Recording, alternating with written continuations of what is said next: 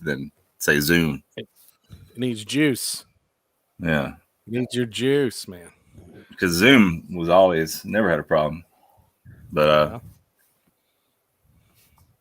Zoom, I mean, this Zoom's cool, but this format just a million times better. I am concerned about you, Wick. Are you all right? I think it's the end of it because I'm coughing a lot. Your life or what? Yeah, probably towards the end of it. Yeah. Is this you're like, oh no big deal. It's the end of my life. Clearing it out. Yeah, just clearing it out. Coughing. Did you have to wait too long for your food? Pardon me. You have been dealing with that's cold for like 3 weeks, man. 2 weeks, yeah, 2 weeks today. Good Lord, man. You sure it wasn't COVID? I never had trouble breathing, never lost sense of smell and taste. So yeah, you get those tests now over at the drugstore. Yeah, I've taken so many of those. Just an old hat. That's good. Well, I'm glad that you're alive with us. I've had cold that lasted 2 weeks before, though, so it's not unusual. I think I had some type of COVID back in February of 2020. I just could not get rid of it, like fever. I kept taking what's that berry they put out for flu stuff now? I don't remember. Something berry. Edelberry. Anyway, yeah. I was taking a lot of that because I thought I was fighting off the flu, and it took about 2.5 weeks to go away, but it just never got too serious. It was just kind of a pain and kind of hard to breathe a little bit, like at night in bed, but most of the time I didn't really notice anything, so could have been COVID. Just nobody knew what it was, you know. I'm a survivor. Anyway, what's going on with you guys? Anything?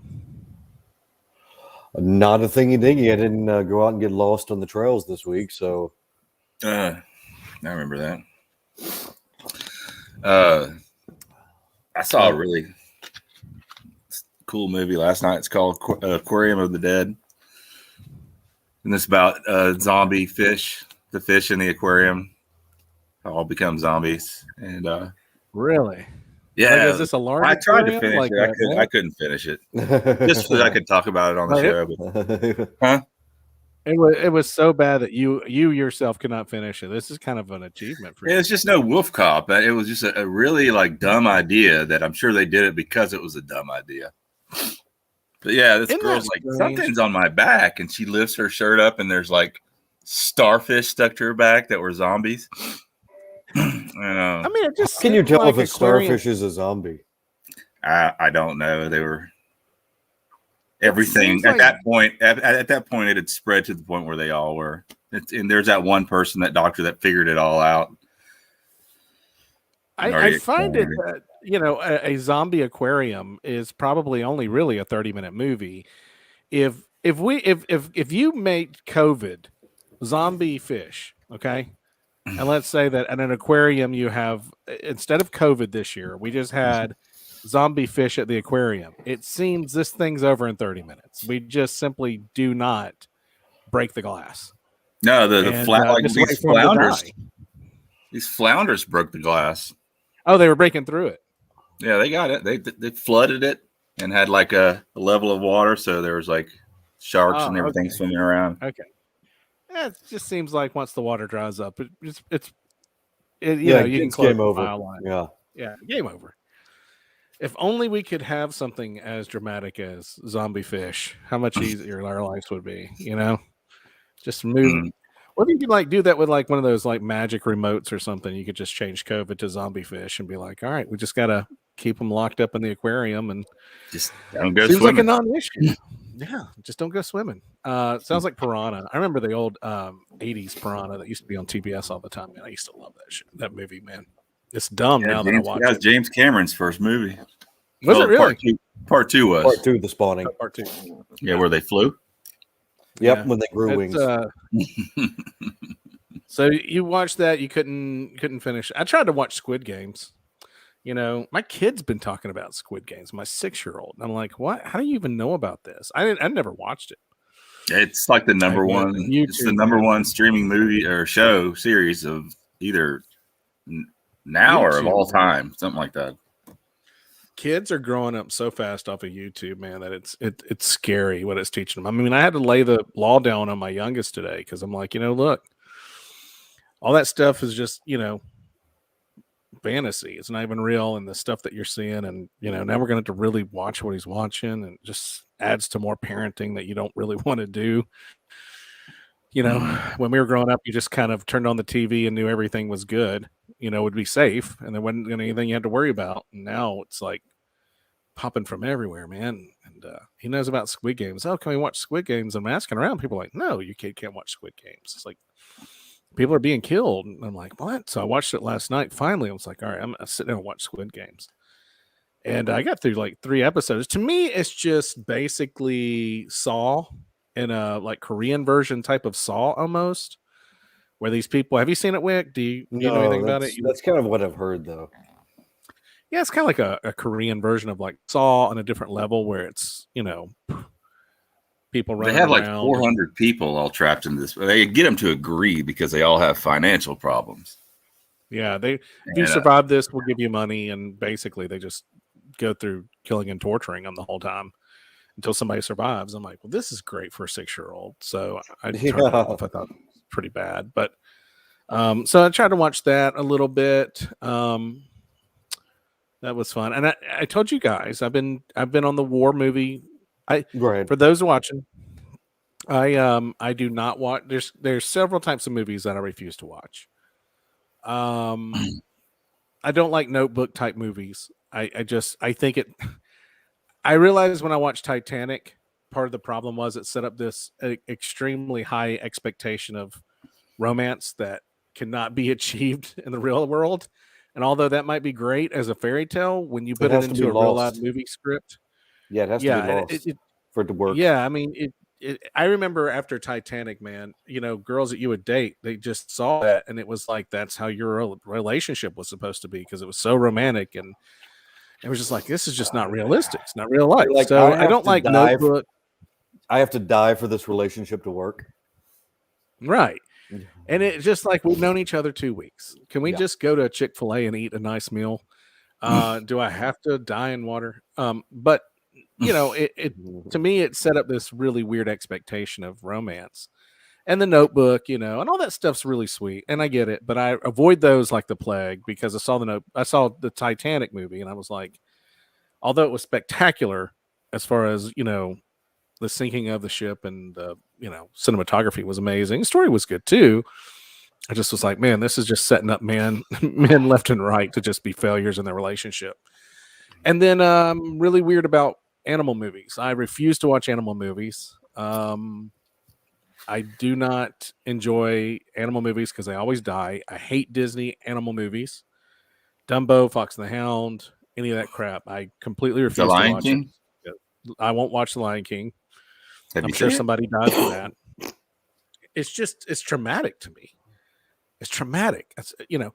I remember Fox and the Hound, and one of them dies. I don't remember which one, but man, it broke my heart.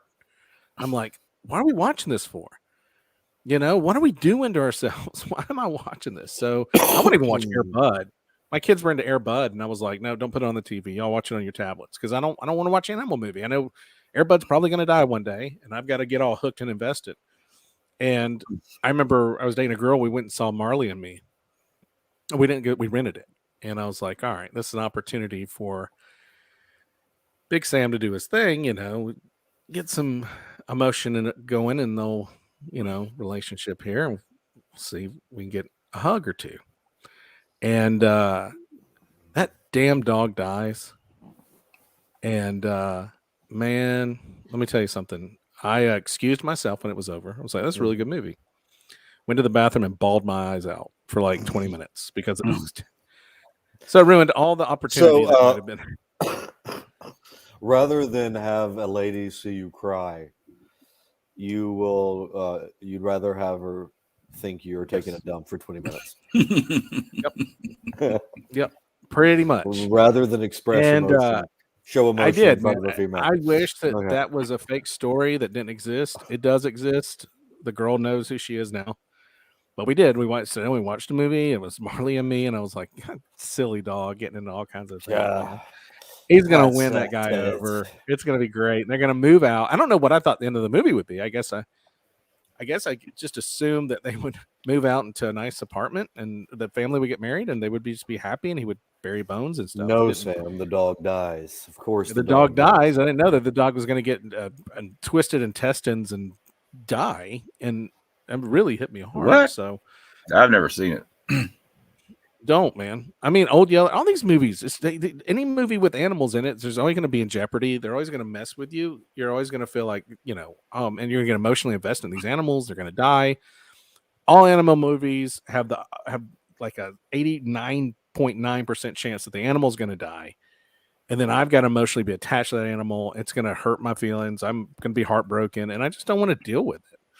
So the other ones is just, I just don't watch war movies. And there's no reason for that. I just have never been into war movies. I know it's weird. I just have not. So Platoon, Apocalypse Now, Full Metal Jacket. These are movies that I've never seen. This is what I was telling the guys privately. I've never seen these movies. So I watched Apocalypse Now redo. Charlie Don't Surf. Correct? Yeah, I saw that one. That's the one I watched redo too. Or Redux. I don't know how you pronounce that. But I guess that's where the director's version. Is that right, guys? It can be that. Redo, Usually is Redux. that, yeah. Is that Francis so Ford Coppola? Yeah. Yes. And I'm like, all right, I'm going to watch this. I'm done. Yeah, I I'm didn't watching get this. into it as much as I thought I would. Really? When I first saw it. Yeah. What? Oh, yeah. I thought you were going somewhere with this. I thought the beginning was a little slow. I did like Charlie Sheen, right? Did a really great job in it. No, that'd be Martin Sheen, right? Martin Sheen, yeah. Martin Sheen. Martin Sheen did a really great job in it. Sheen's love war movies, apparently. But it was really good. I thought it was fine. There was one part Wick was telling me about that was absolutely a drain of energy, which is they come across. So for people who forgot or they haven't seen it, Martin Sheen is on a mission to kill a rogue colonel or something like that.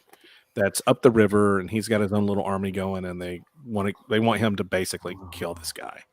So he's on a one-man mission to do that. Anyway, a lot of stuff happens before. I really enjoyed the river. I enjoyed the smell of napalm in the morning. It was all great stuff.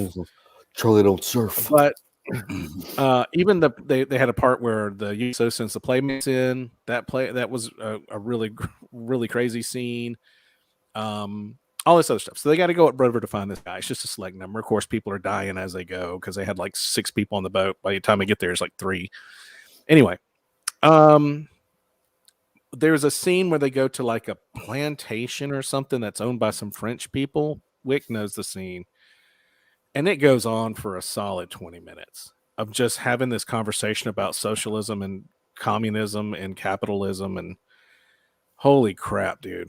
If I knew, I finally was like, I'm going to skip it. I just can't sit through this. It's dimly lit with like a yellow light. And it's just sucks the energy out of you. And I'm like, I can't even keep up with what they're talking about. And I just so fast forward through that.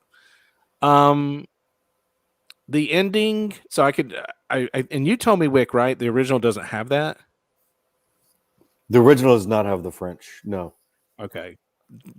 Good, because I can see why they cut it. And I think the second half of the Playboy scene when they're in the helicopters with the Playmates after they do the is that show. Cut out of the original? I'm pretty sure that's cut out of the original as well. So I wonder why the director thought it was important. Which one? I think it probably just well, having his cut, he obviously felt it was important to put that scene in there. Probably because he spent a shit ton of money.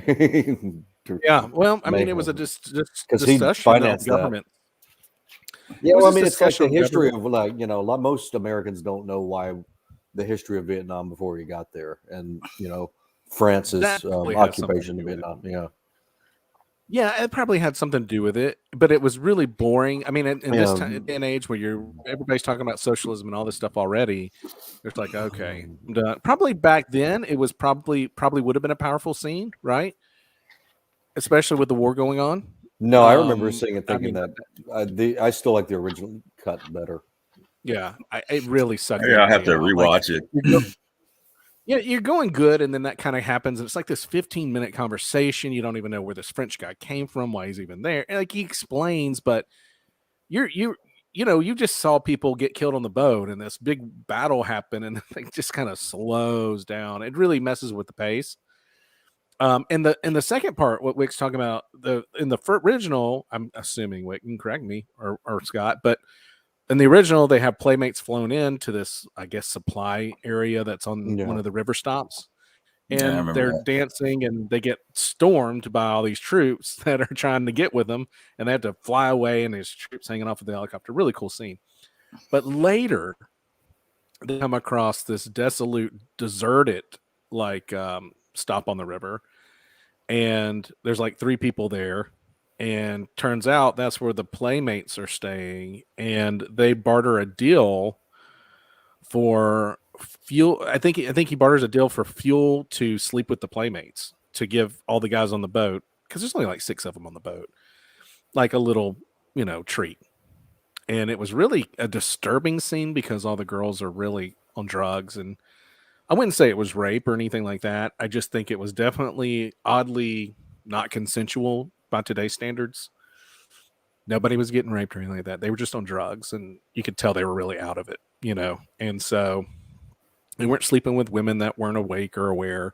They were, but they were definitely tripping and on drugs. And it was a weird scene. And so anyway, that was in it. I guess a good thing they cut that out, really, because I don't know that it was necessary. But the ending, I'll be honest with you guys. I'm not a movie guy, and this is where you two can get involved. I had to look up why Marlon Brando's so hyped, because I kind of watched it and I was like, this dude's a little boring. And I really expected like some really great, like blow me away acting or something. And I was like, now I know why he's popular, because it did make me go research him. I understand that he's like the first like method actor and character actor and kind of changed things for his era and all that. But I just kind of felt like Godfather. Right. I mean, like he's like this guy that decided to go from like Broadway stage acting to really being into the character and developing a connection to the character and being that character. Right. His major contribution is he took acting out of acting. Okay, and more natural acting, where it's much more believable. Yeah. So I think he was a trendsetter in the transition of acting. So I get that now, but I don't know any of this stuff going in, and he was. If you go back, does he want to be here? Kind of. He did. It's important to know that he improvised all that. That's fantastic. Yeah, I mean, it really is. That's not scripted. But as far as his, where he stands in the pantheon, man, he was like, started the culture of cool. Like he was pre-Elvis, pre-James Dean, pre-everybody. Yeah. And I just never have watched his older stuff. I know those who are really into acting and whatnot. You guys are big into movies and the art of that. And for me though, I just was like, okay, here we go. I'm going to see this guy. I mean, I saw him in The Godfather, of course, but I'm like, all right, here we go. Yeah, here we go. Oh, yeah, Superman.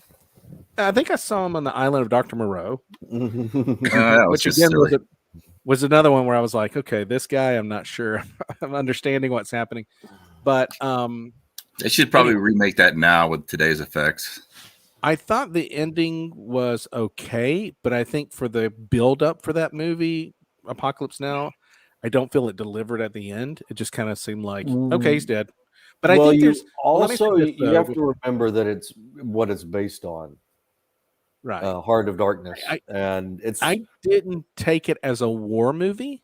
I took it as a descent into crazy. Yeah. I mean, with that, okay.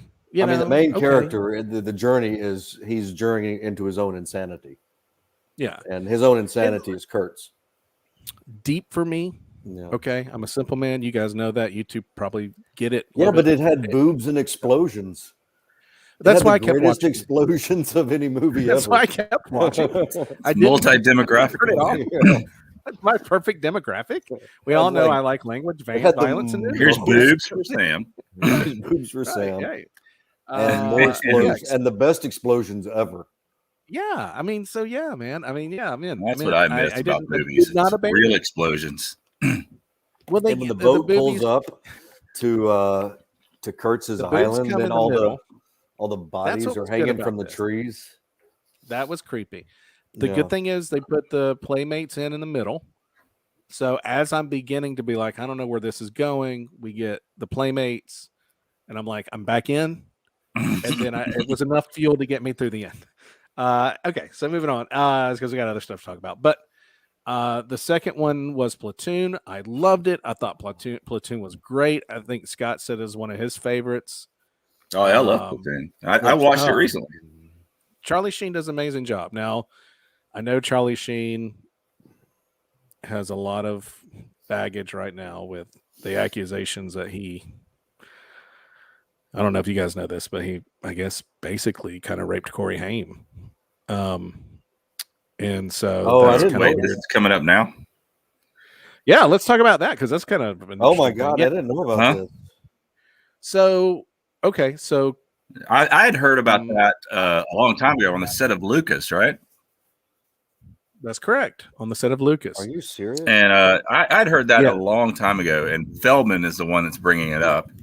Is this like coming back to light, or are they investigating it, or not really? It's just I think it came back to light for me because we saw Charlie Sheen kind of go nuts for a little while because he was kind of manic with bipolar, and we saw the tiger blood and all of that, and I think that was kind of his last stand, and then he kind of disappeared.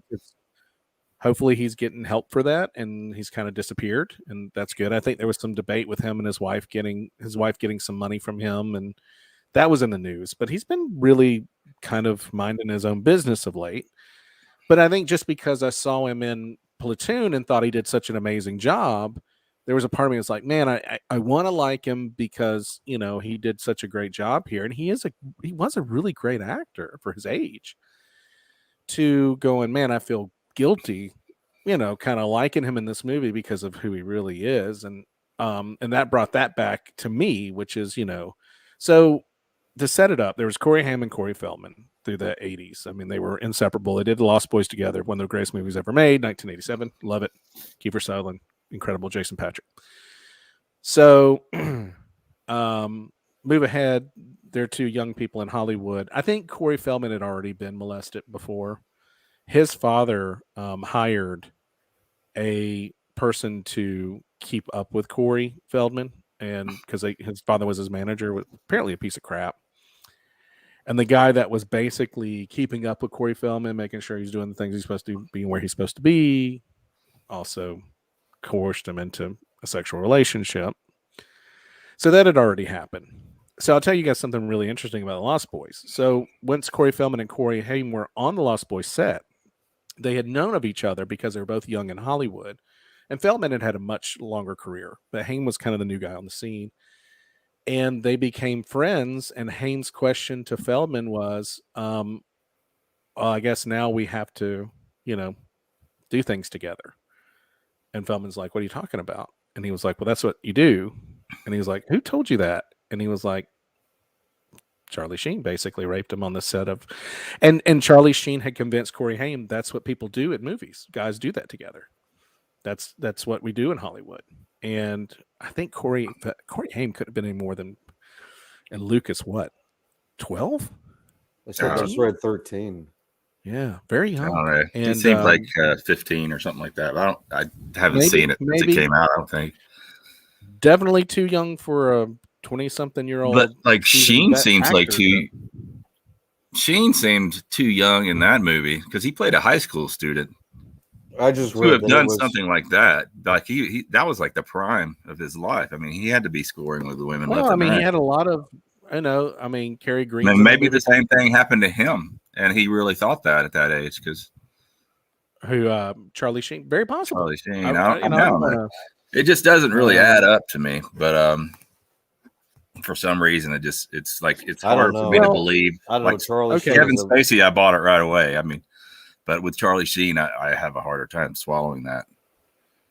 I believe it. Even as crazy as we saw him at the end of his career, Corey Haim was 13 at the time. I'm trying to see how old he was. 19. Man, I think we're going to get some views now. Probably get sued, but it's out there. I mean, it's all over the internet. Anyway, so if Corey Haim was 13, I would imagine, Sheen's probably. He was 19. I just read it. Sheen was 19. Yeah. Yeah. Okay. See, that's too young to be thinking that. I mean, I don't know. It's just a hard pill to swallow for me. Well, it was hidden for a long time because of the fear that Charlie Sheen has a great deal of money, a great deal of influence. He's Hollywood royalty at the time before. Yeah. This is before, Tiger Blood and all that. So he still has a lot of pull, and he's still doing TV at, in his 40s. I mean, Charlie Sheen is a big name with a lot of money. Let's not forget his brother's Emilio Estevez, which carries a lot of weight too. It's a joke because my wife has a pressure. Anyway. And his dad, was the Billy the Kid. He was awesome. And his dad was the president. Yeah, yeah, that's right. But it came out to Corey Feldman in that conversation. The real royalty. Corey Feldman on the set of Lost Boys says, look, that's not what you're supposed to do, but it's happened to me too. I've been in Hollywood a long time, and they got tricked into believing that this is what men do, and they're impressionable kids with probably no parental advisories around or anybody really looking out for them. And I guess both Feldman and Haim's parents were probably living on the incomes that were coming in from their kids. So more work, the better, right? You don't want to disrupt the apple cart. There's too much money coming in. Sometimes parents are that way. And so that was a discussion they had. That was a secret kept. It went on for a very long time. It came out that Haim had been raped after he died of pneumonia. Of course, Haim had a lot of drug problems, as did Feldman. Feldman still has a lot of. Haim died from pneumonia? Yeah. Oh, I thought it was OD. I think no, he did not OD. I think sometimes you can party so hard that you break down. Your heart's just not what it used to be. I mean, listen, cocaine, crack cocaine. Eventually, it's like James Gandolfini and all these other people. I mean, eventually that, too much of methamphetamines and uppers and whatnot just screw your heart up. And one day it just takes something like pneumonia to really just knock you out and kill you. And sad, he was still young. I think he was only in his 40s when he died, but he did not overdose. And he'd lost all of his ability by the time he died. I mean, I was watching him on a show. They had a show called Two Corey. Everybody knows I'm an 80s fanatic. And they had a show called Two Corys. And it was about them living together, actually, for a little while. And it was a really fun show to watch. But you could just tell. One or two. Yeah, Corey Haim just did not have what he had. And that's a shame because in Silver Bullet and all that stuff, they're both kind of crazy. I mean, for kid actors, Corey Feldman and Corey Haim were really great kid actors. I mean, they really were. They were great with their License humor. to Drive. That was my favorite. Yeah, that's a really fun movie. But I mean, that was at the time where drugs were getting bad for them and everything. And I think probably sometimes past trauma, or often a lot of times past trauma leads to drug abuse and feeling like you're alone and trying to cope with memories. And, they said, Scott Weiland, who had drug problems, was raped when he was in high school by another high schooler. And I mean, you just, they kind of trace back. That's where a lot of his problems began. And you can't, you don't know how to deal with it. And you don't have the outlets you do, hopefully today. And anyway, so that's really weird to me with Scott Weiland, because he was, he was not like a small dude. Yeah, I got to meet him. He's kind of. I got his autograph. He was pretty out of it. Yeah, in high school, he was raped by a football player. He was a football player too. Mm-hmm. Yeah. So sometimes those past traumas, they just don't deal with them, and they come through in drug addictions and whatnot. And I think that was definitely the case for the Coreys. But anyway, leading back to what we're talking about, Platoon. I like Charlie Sheen so much in it. I felt guilty because I'm like, God, Of course, Charlie Sheen has denied it. The whole thing was that everybody was scared. Haim was scared to come out with it because he knew he was just going to get just destroyed. And Feldman probably doesn't have anything to lose. And Feldman wrote a book. It had always been speculated that it was somebody else that was in the movies with him. Some guy named Dominic something, but he was not a major star, but it was always rumored that it was a major star that it raped Corey Haim. And a lot of people thought it was Joel Schumacher. I don't know why, but he was mentioned. And so there's a lot of allegations thrown around. Probably because Joel Schumacher is gay. That people made is he? A very wrong assumption. Yeah. He seems gay. I never actually heard that he was, but I heard him in one interview and just said, well, that guy's gay. Well, there you go. But I don't maybe he was just easy scapegoat early on because of people's misunderstanding of things. But I didn't hear that. Yeah, so a lot of names got thrown around, but now, and even Corey Haim's mother says it's not Charlie Sheen. But that's a belief that she's also scared that she'll deal with the lawsuit, and she's a little Feldman made a documentary too, and it's completed. Yeah, and his is about no one would show it. Yeah, it's not pedophilia. They did shut him down, and he is weird. I mean, he is. He's got a very immature mentality. I mean, the guy's still dancing. Do you know what the documentary is called? I don't. I know. I think there's a book, but Sheen was named in the book, I believe. People can correct me, but. So I'm watching Platoon and I feel a little guilty. Let's see if I can find the movie. But I loved Platoon. I thought it was really good. I thought it was great. I Willem Dafoe. I mean, you forget how good Willem Dafoe is, because he just hasn't done anything in a long time. And Willem Dafoe is always working. Oh man, and he does a lot of stuff, but that was a pretty big role. He's done some big stuff, but. I don't know. It was a really good movie. Now I'm in the rape of Full Metal Jacket. Yeah. Okay. So I felt a little guilty enjoying Charlie Sheen's acting, but I did. Dude, I felt a little guilty. Well, I watched LA Confidential recently and was like, shit. Oh, because of Kevin Spacey. Kevin Spacey, fantastic. Oh, man. It's hard to hate him, but then you hear things. I mean, he's in some great movies, so it's hard to really as write them all off because of this. Yeah. As actors are top notch. As people, they're low rung. That's a shame because I'll never stop liking Seven. That's not always true. What part? I've known some actors that are stellar people. No. I'm just saying that you can, separating it. That these guys in particular, great actors, but unfortunately are human beings. Unfortunately, because you want to like them. I mean, so anyway, finished Platoon, thought it was fantastic, loved it, probably my favorite so far, and now I'm on to Full Metal Jacket, halfway through it. The beginning. You're halfway through it. Why don't you just watch these movies in one sitting? Because I'm doing this show. So I did Platoon in one sitting. I did Apocalypse Now in one sitting.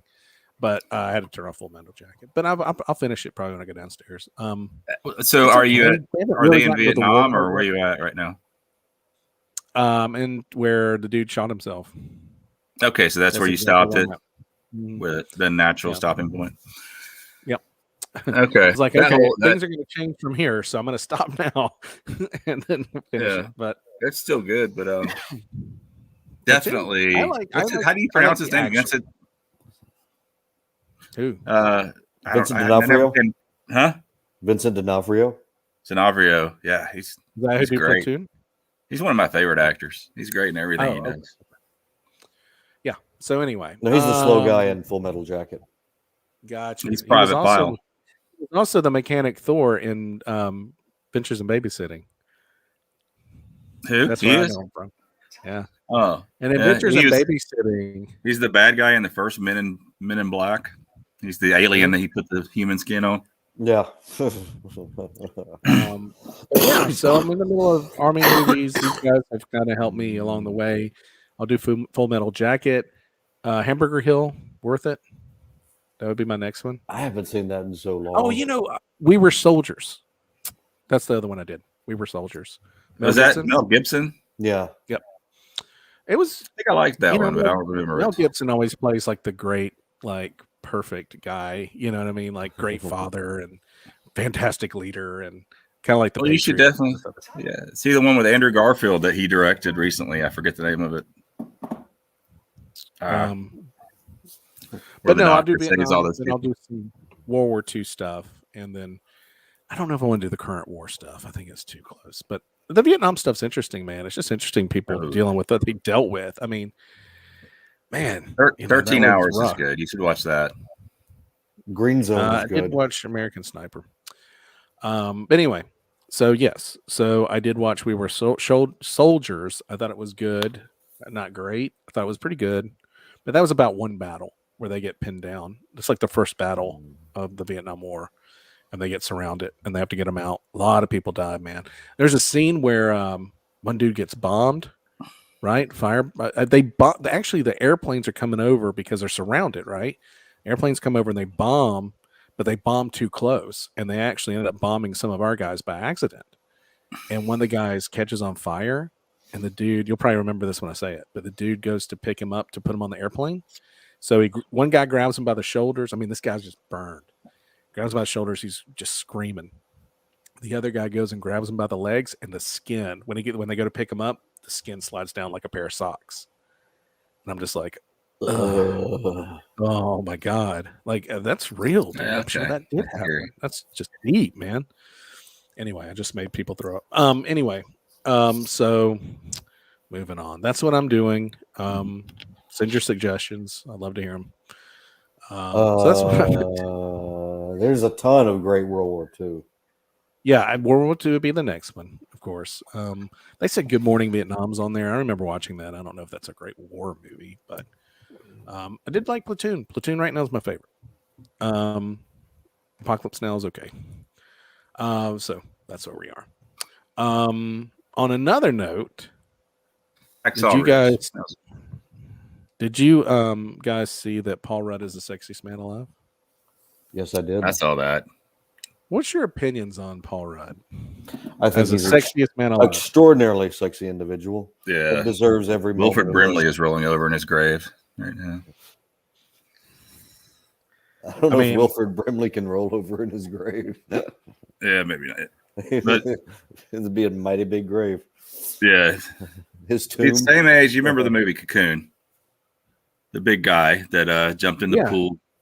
The talking about actor, the same age. Paul Rudd's his same age as he is right now. So as he was when he was in that movie. That's insane. Mm-hmm. Yeah. You know what I think Paul Rudd is? Okay, when it comes to your list, we're not going to talk about our significant others because that's a dangerous place to go. But just in general, let's say before you found the person that you care about now deeply, did you guys have like a 1 through 10 hot list in your mind that, this person's the top and blah, blah, blah, blah, blah? Or because this is what I tend to do. Yeah, mine was always George Clooney. Right. I'm a Mel Gibson guy. So there we go. No, I have divided list into two things. Extremely cute and very hot. Because I think extremely cute. No, hold on. I think extremely cute overlaps hot. But I think that there are women that are extremely cute that I am like, I'm in love with that person. But they're not, you can get, I guess it's subjective. Like you can Brittany get Murphy. like fake hot. Okay, where you're like, yeah, they're hot. I don't find Angelina Jolie that astonishingly attractive. I never have. Well, I know she is, but it doesn't do much for me. I did in Hackers. I think that was it when I noticed her. But then when she became famous, I never really found her that attractive. See, I never thought. I thought Brad Pitt made a mistake. What, by leaving Jennifer Aniston? Yeah. Apparently, a lot of people leave her. So there's got to be something wrong with Jennifer Aniston. There has to be something wrong. I mean, how many failed relationships has this woman had? There has to be something wrong. I don't see it. Nobody ever says what it is. Why does it have to be her? Because she's the one that's gone through all these men, and she had Brad Pitt leave her. I mean, obviously, you'd probably be like, she owed some responsibility. Maybe there's something wrong with all these. Well, that's definitely probably true as well. But that's definitely probably true. But I mean, would you? I think it's just more difficult in Hollywood when you're gone. It's hard to maintain a relationship when you're on set for 4 months. Well, it's like I told Nick Saban said one time. You never pursue a person that has less to lose than you do. So I think that has a lot to do with it too. Sometimes women or men pursue people that have more to lose, and then you get a divorce and they want money, and we see that happen all the time. So anyway, I'm trying to find a list of women we can judge. That should be fun. That should get us a lot of positive feedback because we're talking about it. Anyway, so Angelina Jolie is a no for you guys. Nothing. You know who I don't think so? You know who I think it's fake hot? Megan Fox. Nothing. I mean, I just feel like there's a lot of fake there. I don't know. It seems like she's heavily maked up. You know what I mean? She doesn't seem to have any personality at all. Does not seem to at all. Scott, what do you think of? She's never really drawn my attention. I think she's pretty, but yeah. Now all these women are pretty, all of them. Scarlett Johansson, anything? Yes. Good God, yes. Really, Scarlett Johansson. Scott. Yeah, she's pretty. She's also. I think she's hot. She's not number one on my list. She has loads of personality too. Jessica Alba. Jessica Alba. There's one I bet that's not on there. She was on Homeland season 1 and 2. It was Brody's wife. Oh yeah. Her name is. These would have Marina. To be major stars. Huh? Major stars. You stars. should look her up. I'd see Claire Danes. Claire Danes does it for me too. Claire Danes, yeah. Marina, I don't know how you pronounce this last name. Baccarin? No clue. Gorgeous. So we're gonna stick with women who are worth more than, like, let's say, $50 million. Charlize Theron. Jessica Biel. Yeah. Jessica Biel, who's worth $200 million. How? Well, she produced that last show she was in. That was pretty popular. I can't remember the name of it either. She was in season 1. I don't know. $200 million. Jessica Alba, that's cute. To me, that's an example of cute. I don't know that I'm smoking hot. I'm saying, hey, she's cute. She's high on the cute list, right? Yeah. And Brittany Murphy is high on the cute list. Yes. There you go. All right, so now you guys are getting it. Charlize Theron? Nope. Kate Upton? Oh, I think Charlize Theron is gorgeous. Okay, we got a bite on Charlize Theron for Scott. Kate Upton? She's a model. I don't know who that is. Swimsuit model. Oh, nah. Too tall. Here's one up for debate that I think is going to be maybe a debate. Okay. Natalie Portman. I think Natalie Portman's gorgeous. Scott? Yeah. Okay. Yeah, she's cute. All right. Oh, here's another good one. Miley Kunis. See, Miley Kunis to me is cute. Oh, yeah. There was a period where she was just astonishing. Yeah. And, but I think the Ashton Kutcher thing just really killed it. Yeah, he just killed it. That. I don't think he's a good-looking guy. Selena Gomez, I don't get. Well, they're still together, right? Do not get Selena Gomez. As far as I know. Selena Gomez? Nah, no. I don't get it. No. Yeah, she's cute. Emma Watson, cute. Not cute. Hot. Very Emma cute. Watson, but every time I've seen her, she's been in a Harry Potter movie, and it kind of creeps me out that I would even think about it, to be honest with you. Okay, here's a good one. Kate Beckinsale. Nothing really. Really? Yeah, she's gorgeous. Yeah, I think she's gorgeous. I do. I do too, but I agree. just not. None of these women is gorgeous as my wife. I want to say. What is the girl's name that's in the Resident Evil movies? She was in. Mila Miley Jovanovic or whatever. I do not think she's attractive. Oh, she was in The Fifth Element, wearing that outfit. She's gorgeous. No, I don't know. Not much going on there. Here we go, Jennifer Aniston. There you go, Wick. Yeah. Drop the bait. Wick is on it. Yeah. You've seen her in person without makeup on, and it's still still a pretty woman. Just adorable. Yeah. My dad worked with her. Did a movie with her. He was sitting in there. Rihanna do anything? I don't think Rihanna's that attractive. I think she's okay. Rihanna. Great eyes. Yeah. I don't know. She's like Amazon, right? I don't know. Is she just like a huge woman? She's from the islands for sure. I think she's from the islands. Olivia Wilde. No. I'm talking about Wonder Woman. Yes. Olivia Wilde. Mm-hmm. Keira Knightley. Yes. That's a cute. To me, that's a cute. That's a high-end cute. That's what that is. I don't know that I go hot. I go high-end cute. Blake Lively. It make me sound weird if I said great mouth? Yes. It does, but she does. Extremely inappropriate for this. Yeah. Not in that way. In the way that she has a great smile. Well, where have we heard this before? You have a pretty mouth. You got a pretty mouth. Oh, God. Blake Lively. Yeah, she's married to Ryan Reynolds. Yeah, she's cute. Jennifer. Yeah, Lawrence, Ryan Reynolds' wife. I don't get Jennifer Lawrence. A lot of. I think Jennifer Lawrence is average. No, I'm not into her. No. Yeah, I think she's just kind of. She was hot to me in her first couple of movies, I think it was, but then it just kind of it faded out for me. She was hot in the Playbook. Rachel McAdams, yeah. Rachel McAdams. Okay. Don't know her. Seems like a newscaster kind of look to me. Hayden Panettiere. Don't know who that is. Salma Hayek. Yeah. Oh, yes. From Dusk Till Dawn. Yeah. She's gorgeous. Mm-hmm. And she's short. Okay, one I don't get at all. I do not get this one. Kristen Bell.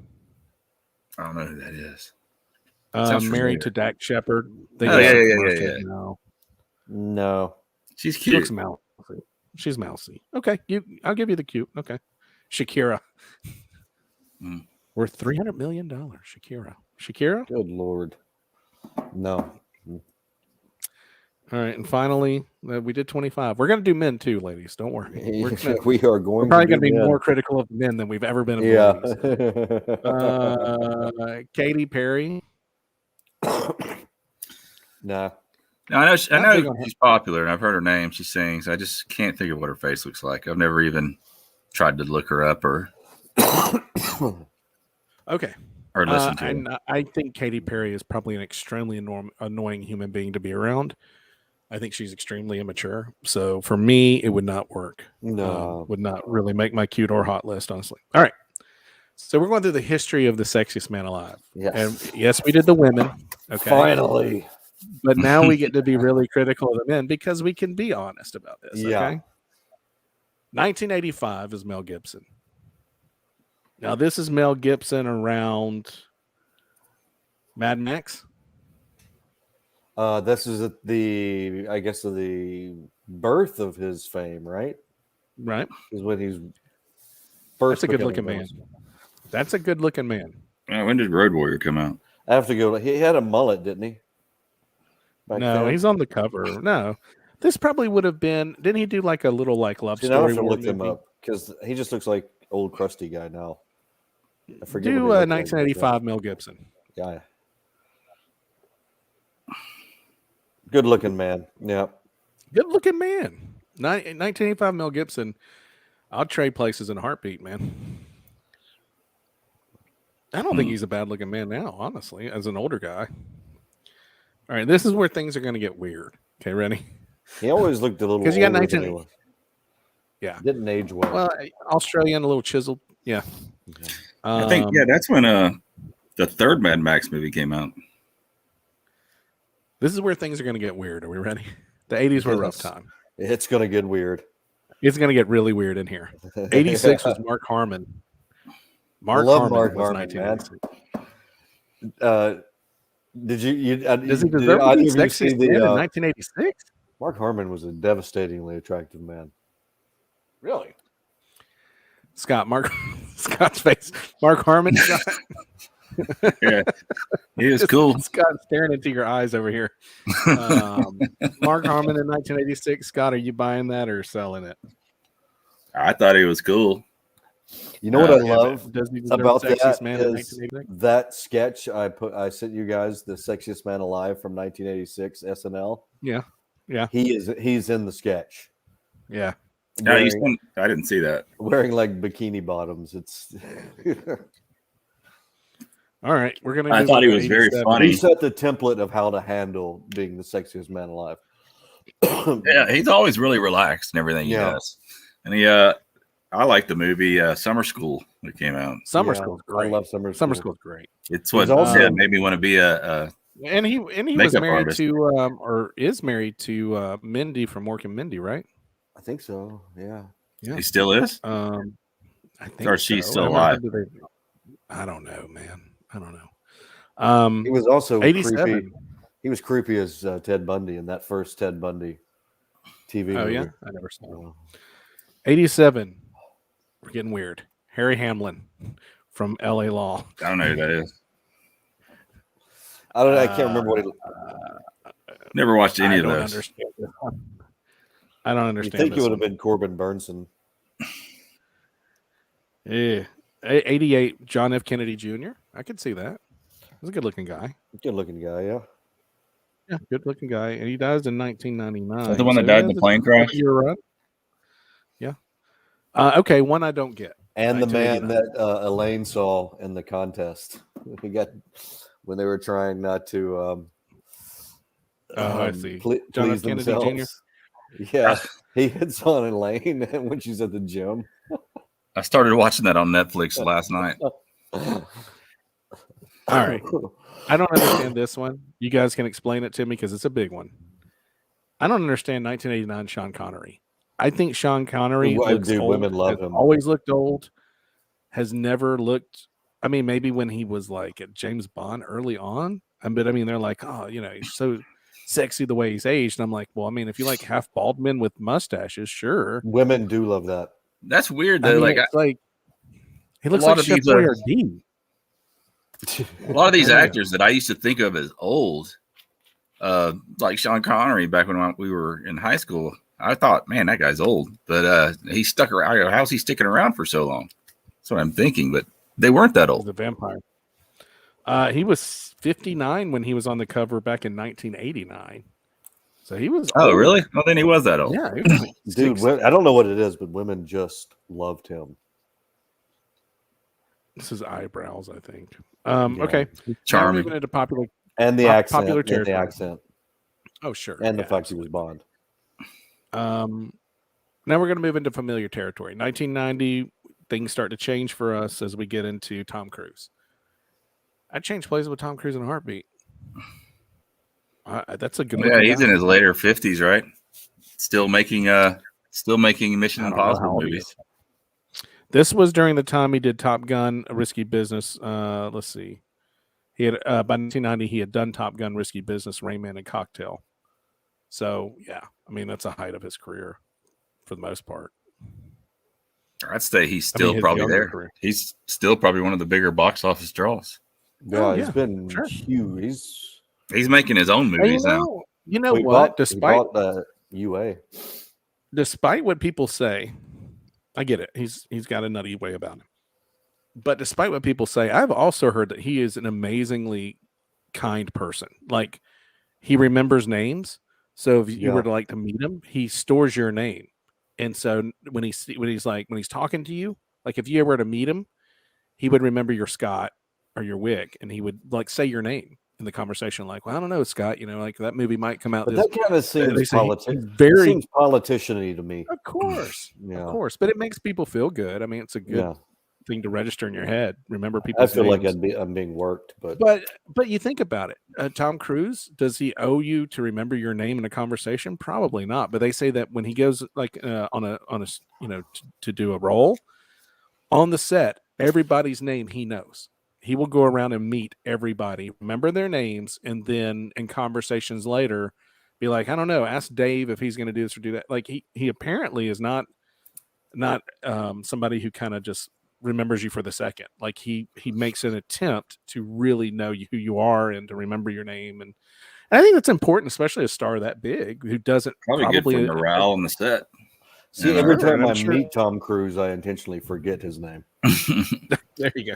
And don't tell me. And you are. Are you the Stiller guy? You're Ben Stiller.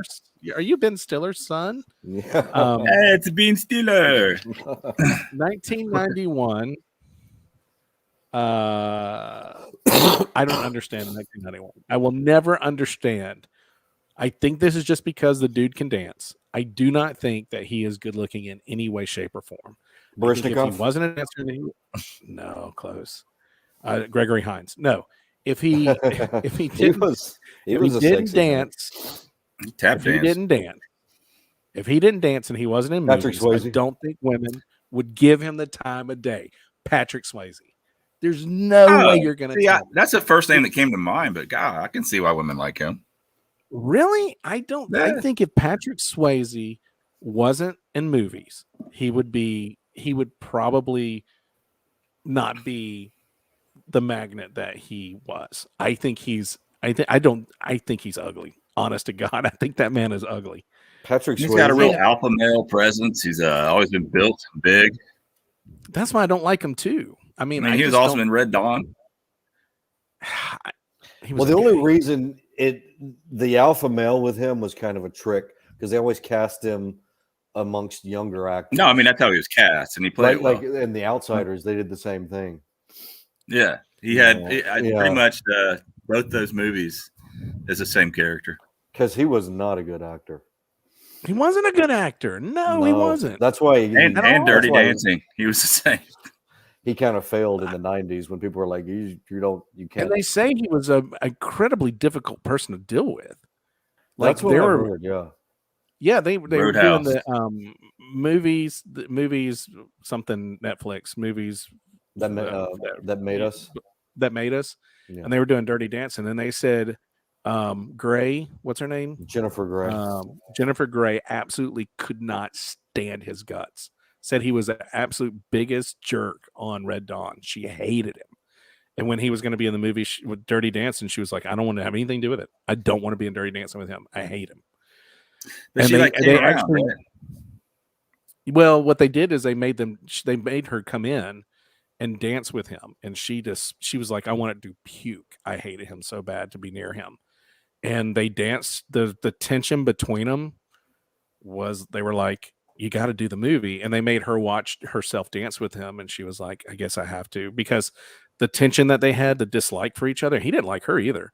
They hated each other so bad that when they were dancing together, there was a lot of tension, and the movie was supposed to be like that. It was supposed to be this very like heated thing between the two of them. Tension can be mistaken. Tension can be just not liking somebody is something I can get over. So I can reconcile that in my own head. I don't know that he was the greatest person to be around. And I think you probably this is going to be a great one. 1992 is going to be fantastic. Anyway, I just think he was probably just a prick to be around. And I think that probably, and I just don't think he's that attractive. And I don't think he's a good actor. I'm with Wick. 92 is going to get really weird. And he killed Chris Farley. 92 is going to get really weird. Oh? They say that skit with Chris Farley was when he really kind of went downhill. Oh, where Chris Farley felt bad about himself. Yeah. He hated that skit. That has come out before, that Farley kind of didn't like being used in that role, but I don't know. You know, he was so big on his weight anyway. He kind of set himself up. I mean, his weight was center of his own comedy. You know what I mean? I mean, you can't walk around talking about how you have a eating problem and all this other stuff and make fun of it and then be mad when they cast you as the fat guy and things. I don't think he was mad. No, he didn't say anything to anybody. People just saw the way he Chris reacted. Rock started that, I think. Huh? Chris Rock. Yeah, Chris Rock. Yeah. It's just something that people noticed. All right. 92. I don't get this. I don't even know what people was thinking. Nick Nolte in 92, Sexiest Man Alive. Is that weird? I remember that. What did he do in 1992? He did Prince of Tides and Cape Fear. He's not attractive. Women love what him. Are women thinking? He's rugged. Why? He's rugged. I don't know. He's rugged. I don't know. Maybe he has kind of a Robert Redford thing about him when he was young. If you look at him in 1992, he definitely has like a Robert Redford kind of thing. And he was a great actor. Strong, sensitive, and squared away. He was really good in the last Angel movie. He's a man's man that women can't resist. I don't know about that. Angel is fallen. Anyway. Here's one my wife said she didn't agree with. Richard Gere. She said Richard Gere's not attractive. I remember. Although she could have just been telling me that. Sometimes I'm like, well, you know what? Like that girl, God bless her. But I'm like, hey, what about Ryan Reynolds? I don't know. What about, this guy? Has she ever said anybody is attractive to you? Emilio Estevez. What? Yeah. I think I think she just knows how to. I think she's being nice. How to I'm like Ryan Reynolds. Yeah. She always kind of nitpicks something about him, and I'm like, what? I'm not sure what that says about that's me. totally that's totally a girl trick. Yeah, I'm like that's to make us feel better. What are you saying about me? If Ryan Reynolds is not your idea of a good-looking guy, if George Clooney's not your idea of a good-looking guy, she says Matthew McConaughey is gross. And which I do believe that. I do believe 100% she thinks Matthew McConaughey is gross. She says he's greasy. And I think that I can see that, actually. George Clooney, and I'm thinking, what are we, at first I was like, man, this is great. Like, she thinks all these dudes are ugly, and she's married to me. Like, this is amazing. Like, how good looking am I? How good looking am I? And then you have to remember, women's like either she has horrible taste in men's looks. She like Brad Pitt. No, he's kind of creepy looking. Okay, and I did. I thought, man, this woman. That's the first time I've heard that. Love a good looking man, and I'm that good looking man. And then I realized I have to delete my browser history. She doesn't know what a good looking man looks like. I would date Brad Pitt.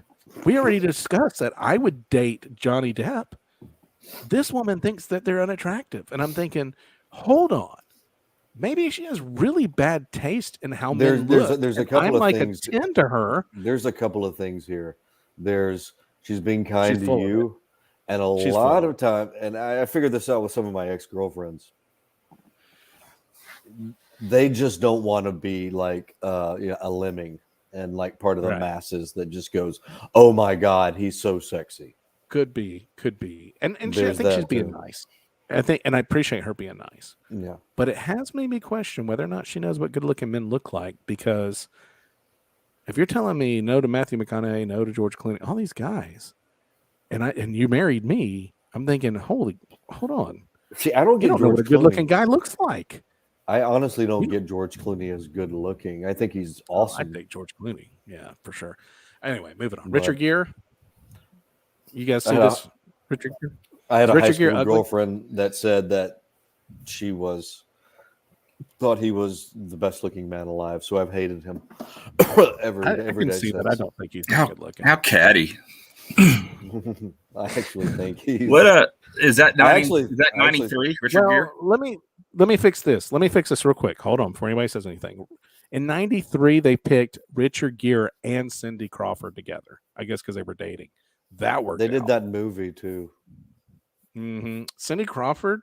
Now I saw her in a commercial for furniture. And I was like, please stop. I get it. I know. Never. I got it. You got a furniture line. You know what I mean? You're really mom right now. So please stop doing what you're doing. dark makeup, she's trying to capture her past. It's just like, anyway, Richard Gere, I'm going to say no. I don't see the attraction. Wick, you don't see it? I can see that he's a good-looking guy. Yeah. Okay, Scott. Yeah. Well, I get it. Oh, Scott's going to. Yeah. Okay, hold on. In 1994. Okay, hold on. There was never a Sexiest Man Alive in 1994. Was there a strike? Sexy man strike. Not sure. They did go back. They did go back years later and make somebody. They retroactively made somebody sexy in 94. Retroactively went back and made this person Why was the hottest, sexiest man alive in 94. And it is somebody I agree with. Keanu Reeves. They went back in 2015. I don't get it, but I like him. I mean, I love him. I think he's an amazing guy. But I think he's one of my favorite actors now. But I think I like him more now in his older age. Is he a good actor? Is Keanu Reeves a good actor? Is he, Wick? He knows how to work with what he has very well. Plus, he's trained in fighting. So he doesn't really need a stuntman, and they're able to coordinate really good fights, which Hollywood doesn't spend a lot of time on. So him already knowing all these moves helps out a lot. That's what probably made the Wick movie so good. Listen, I love him as a human being. He's one of the few people that if I saw him, I would probably say, I wouldn't talk to him. I'd just be like, hey man, keep doing what you're doing. People love you. Don't stop. Because I know he's had a lot of shit that's happened in his life. And he continues to remain this really humble dude. And I think that's something we could all a lot of people in Hollywood could probably learn a lesson from Keanu Reeves. I mean, he's had a lot of shit. I've noticed him and Brendan Fraser getting coupled together as like the two favorites in Hollywood as far as who they are off screen. I don't know anything about Brendan. I don't know if you have off screen, but people say he's a great guy off screen. Hey, that's a fist pound to my boy, Mr. Reeves. Keep doing what you're doing, man. People love you. Keep doing what you're doing. I think that's part of the attraction. He's just a really great guy, and I think women like guys that are like him. I don't know about acting. I just feel like he's himself in everything. Is he that different? That's an underrated craft, though. You say that, and I get it for the Jason Batemans being the everyman, I guess. Like the Jason Batemans. Jason Bateman's never going to be anything but Jason Bateman. And I get Wick has made the argument successfully to me that Jason Bateman fills a role. Like Jason Bateman, is Jason Bateman, but there's a need for Jason Bateman. I feel like Reeves I don't know that there's a difference between what I saw in The Matrix and what I saw in John Wick. I feel like they're the same guy, just with different hairstyles. Yeah, but that's what all movie stars do. I mean, there's only like Depp do that. I think Depp is a great. Does Robert Downey Jr. do that? I don't know. I feel like they're able to do Robert Downey Jr. since he became famous, like super. Yeah, he's been forced to do that. No, I think a movie star. Like when I look at him, I don't see. Of course, this is years difference too.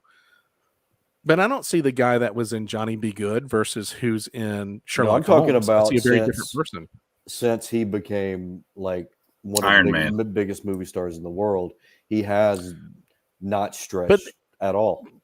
But I would also argue that with his career, he's good in Natural Born Killers. Kind of to me, he was kind of at. I think he's more towards the end of mega stardom here. Iron Man was kind of like this huge hurrah for him, which he deserved. But I think now it'll be like really like this disappearance. It's gonna be hard for him. I think it'll be a disappearance. Aren't they working on another Sherlock Holmes movie? But I mean, like if you see him in what was the movie that Ben Stiller did? Doctor Dolittle? Huh? No, Tropical Thunder, right? Tropical Thunder. Yeah. White dude playing a black. I mean, the way he's an Australian actor. Nothing in that movie is the real Robert Downey Jr. Even when he's playing the black dude in the movie, and he's nailing everything. He's also playing an Australian outside of that, which is closer to Mel Gibson. And the way that he's able to turn that on and turn it on, I don't know. I think Robert Downey Jr. is not playing Robert Downey Jr. and everything. I think he does know how to turn on different characters. No, but I'm just saying, but towards the end, since Iron Man till now, to become one of the biggest movie everybody stars in the world, Tony Stark too. You know what I mean? Like, you have to play yourself. Yeah, Tom Cruise has always played himself. Movie stars have to do that. We're only 95 and it's midnight, so we got to go. Brad Pitt, 95. That dude's hot. I don't think this was during, Legends of the Fall, an interview with a vampire. Not again, somebody I don't think's all that great of an actor personally. No. I think he's gotten better. He's definitely gotten better, but I enjoyed him in the Ocean's 11 series. I thought he was really good in those. He was great in those. He was really relaxed, and he's good in probably everything Tarantino that he's done. I didn't like him in Inglourious Bastards. Oh, you didn't? The Southern accent didn't work for me. I liked it. Yeah, and I liked even like him in True Romance, which was just written by Tarantino. Fantastic! That's the best thing he ever did. Mm-hmm. That was the closest to him. Is it me, or do you think that everything that's Hollywood with Brad Pitt is all agents and marketing firms, and probably in real life, Brad Pitt's probably a pretty cool dude? Oh, I've heard nothing but good stories about him. He just seems like he doesn't care that much. Like he's just Brad Pitt. You know what I mean? I don't think there's any way you can be a movie star for 2 decades or more and not be cool. People just won't work with you. And you see it happen. Let me put it this way. Might make more sense too. I don't think Brad Pitt takes Brad Pitt serious. No. Is that fair? Okay. And I love that. I love that. Yeah. That would be all of us. We would not take ourselves serious if we were Brad Pitt. 1996, Denzel Washington. Good looking man. Denzel. Of course. Nothing to say there. I think we all agree. Good looking man. 97, George Clooney. Yeah. I guess. Yeah. He's awesome human being, so I guess that's. God, he was the first guest on Colbert when he had started his late night talk show. And he was on there pretty much the whole time, and can I tell you guys? He came across to me as a complete idiot. Let me tell you a story about him that I heard that he was telling when he was first starting off, and he had not gotten into acting yet. He was trying to get into acting. He had moved to New York or something. The place doesn't matter, and he had met another struggling actor, and if I told you his name, you guys probably wouldn't know him. He's a big thing. I mean, I guess he is. Anyway, and I don't want to look up his name. So anyway, he moves in with this guy who takes him in as a roommate and is helping him. And this guy was already kind of starting getting work. So he was financing, the apartment and whatnot. And George Clooney was just really thankful to have somebody take him in. And so, he's trying to get gigs and stuff. And he's like, the whole time this guy was at work, I was just sitting there watching TV, waiting for calls, for people to call me to come in and try my, see if I could get in, some kind of acting gig.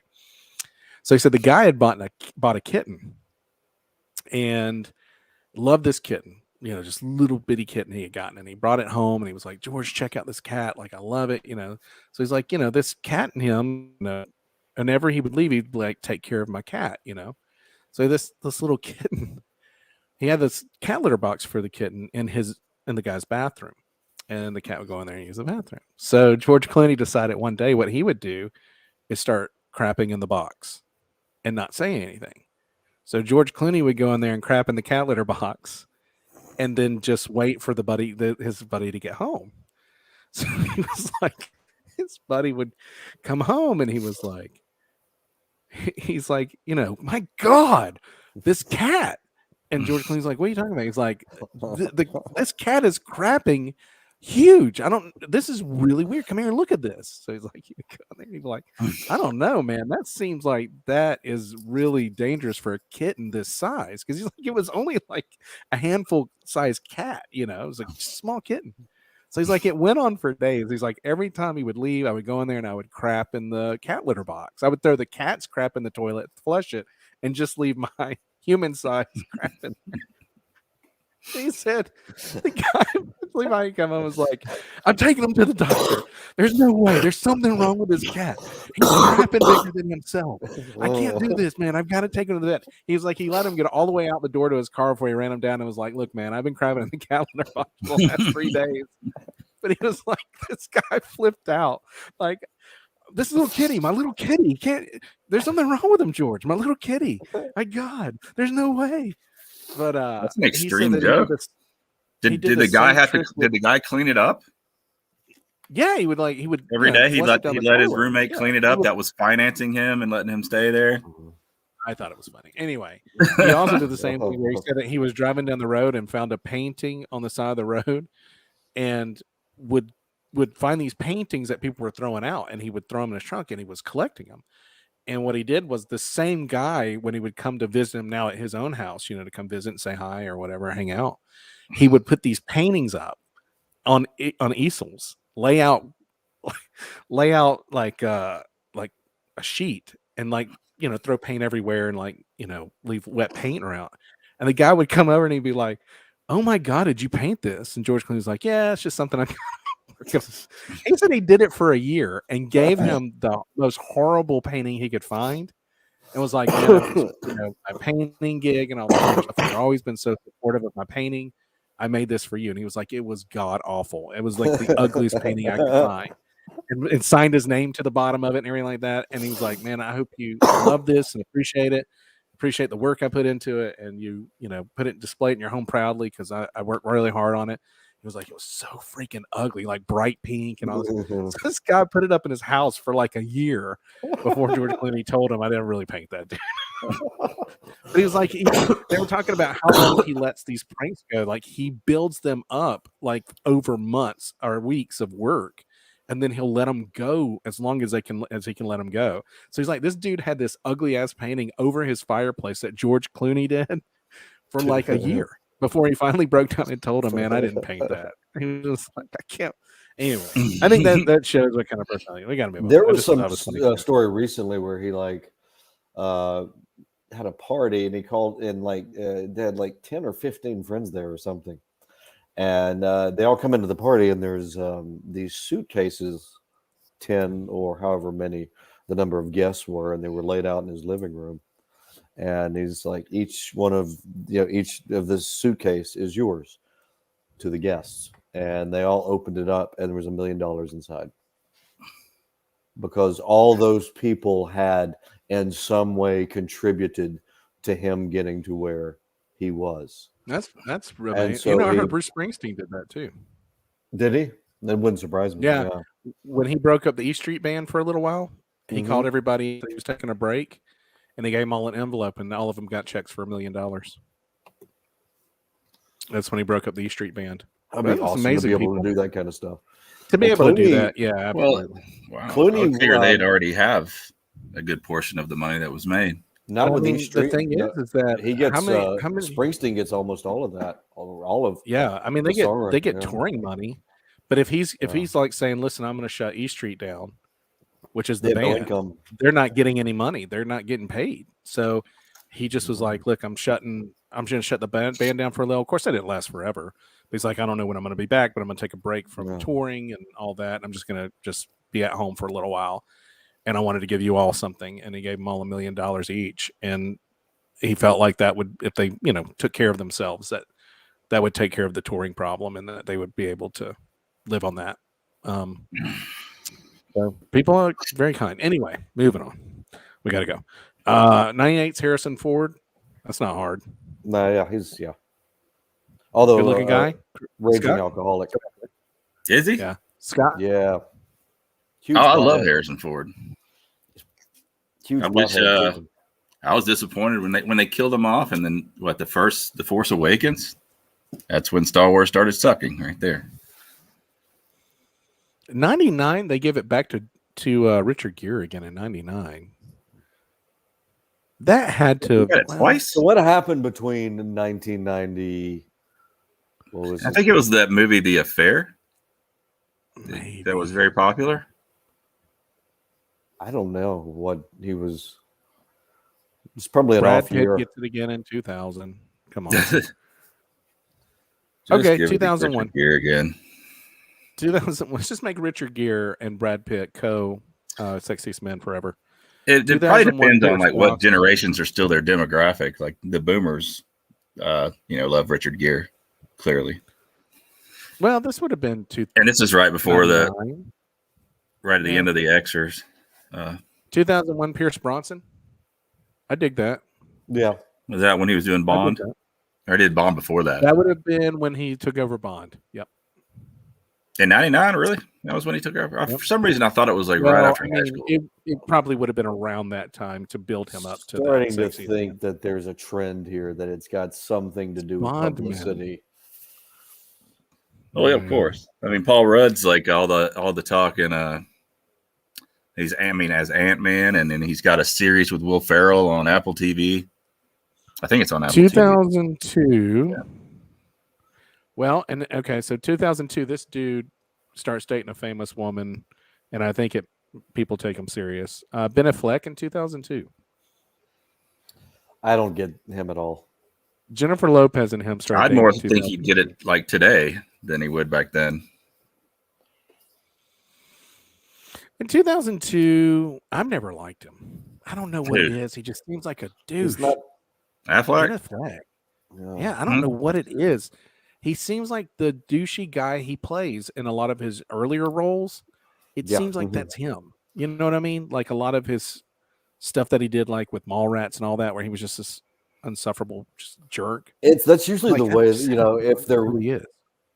if they're good in a part, that's closest to who they are. Like he was good at. I liked him as Batman. A lot of people want to rank the Batmans, and I'm in the minority as far as I thought it was a great Batman. Did you guys see? I thought he was definitely better than Christian Bale. Did you guys see the new trailer? Yeah, looks good. Pattinson or whatever. I think he'll do a good job. I kind of didn't think that Robert Pattinson, whatever. I didn't really think he would. I didn't really think I'd buy it, but it looks like it's going to be a freaking reality check Batman, kind of like where Nolan went. It looks very well. This serious. Is it's supposed to be more of a like he's the world's greatest detective, and this is supposed to be more about him, like a mystery and him solving it, being a detective more than him being an action fighter. Right. Yeah. I'm more interested in 2000. You're more interested in what? In that version of Batman. Yeah, I am too. Version? Yeah. I think I'll be cool. 2003, my man, Johnny Depp. Quick nose. That's my buddy right there, man. I'd hang out with Johnny Depp in a heartbeat. Sam wants to have sex with Johnny Depp. Stop. I would like to. I would hold hands. I would hold hands. I want to take him to an Applebee's. I just want me in. We've been through this. I would totally take Johnny Depp to an Applebee's and hang out. That's my place. Applebee's. Is it really? And get some of those new Cheeto wings. Yeah, I like a good Applebee's or a good TGI Fridays. He would treat Johnny Depp hanging out. Yeah, I'd pay. I would pay. I'm not. Put your money away, sir. It's no good here.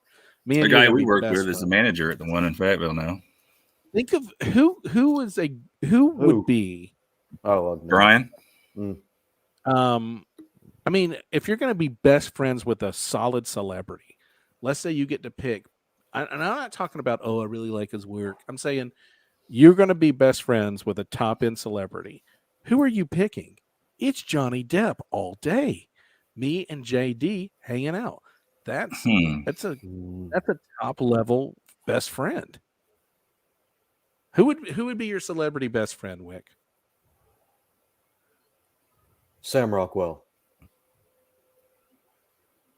Okay. He's a Sam Rockwell fan. Which I am too. I think Sam Rockwell's great. I'm sure he is, but I mean, come on, dude. As the red shirt guy in Galaxy Quest. Oh my god! 50% of the women may know who he is. Scott, he's hilarious.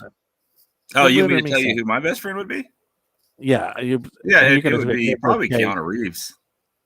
Oh, that's a good one. Solid. I like that. Yeah, that's good. But do you want to be with someone who's kind of tame, laid back, which he is, or someone who likes to party? So you don't like my Sam Rockwell because he's not famous enough. He's not famous enough. Oh, Sam Rockwell, I think, is a good choice. Sam Rockwell's a better actor than any of those people. But it's not about that. I'm not talking about even that. I'm just saying, like, as I see them, what I read about him and see about him. I like Keanu Reeves. I think he'd be fun to hang out with. He might be fun. He might be really boring. Like, well, it's 10 o'clock. I need to get home to the wife and kids. I think he probably is boring. So I don't know. That's a hard. You really have to know who somebody is off the screen. You know. I mean, Pitt's solid. That's a solid best friend, Brad Pitt. Oh yeah, you're definitely getting laid if you're hanging out with Brad Pitt. I mean, it could be Mark Wahlberg. You want to be your best buddies with Mark Wahlberg. That's probably. I think you probably have to deal with a lot of ego there. Maybe your best friend is The Rock. That's cool. Like, I understand that one. Will Ferrell. It's Johnny Depp. Will Ferrell. Yeah, it would be a comedian if I really. Will Ferrell, I guarantee you, is not that funny in real life when you're hanging out with him. You probably get sick of him. You probably, Chris Farley, he would be fun to hang out with for a few minutes. I think like a night with him. But Farley? Yeah. Farley would probably force you out of town. Who would you like to have one night out with? Oh, like what do we do? That would be Chris Farley. Yeah, I mean, you'd have to be somebody that's fun to hang out with. But I also think if I don't you're know hanging if out one night out with Chris Farley. That's what I'm saying. You hang out one night with Chris Farley, you're probably walking away going, "Man, I'm worried about that guy." That's not fun. That's like, that guy's gonna die. Yeah. Well, what I know about George Clooney and everything else. Apparently, he gives all his friends $1 million. So maybe George Clooney by far, definitely. I think probably. And Johnny Depp's broke now, so he's out. Will Ferrell would be boring. He's broke by. Hold on, dude. He's broke by Hollywood standards. Okay, don't mess with the crew. Don't mess with the crew, man. I got his back. So no. He's Hollywood broke, much like Nick Cage. Nick Cage is Hollywood broke. It's still got. Well, they can make it back, but yeah. I mean, that's where you had. I think he's probably doing okay now. You had 500 million. Now you have 125 million. It depends on how much they're spending. That is true. I think Nick Cage has a big movie coming out. JD spends a lot on wine. Sometimes I got to tell him, dude, maybe we shouldn't buy wine. Let's buy I have that feeling now with Johnny Depp. It would be, you would have that feeling. You would come away going, that guy is in trouble. Probably. No, probably. Yeah. Probably most of them. You're either probably dealing with somebody who is over the top, like, holy crap, I can't do this, or, wow, they're really boring. I think the Will Ferrells are boring. I mean, it was. I do think Johnny Depp's hilarious, though. There was a comedian. I actually like him, and a lot of people. Jim Brewer.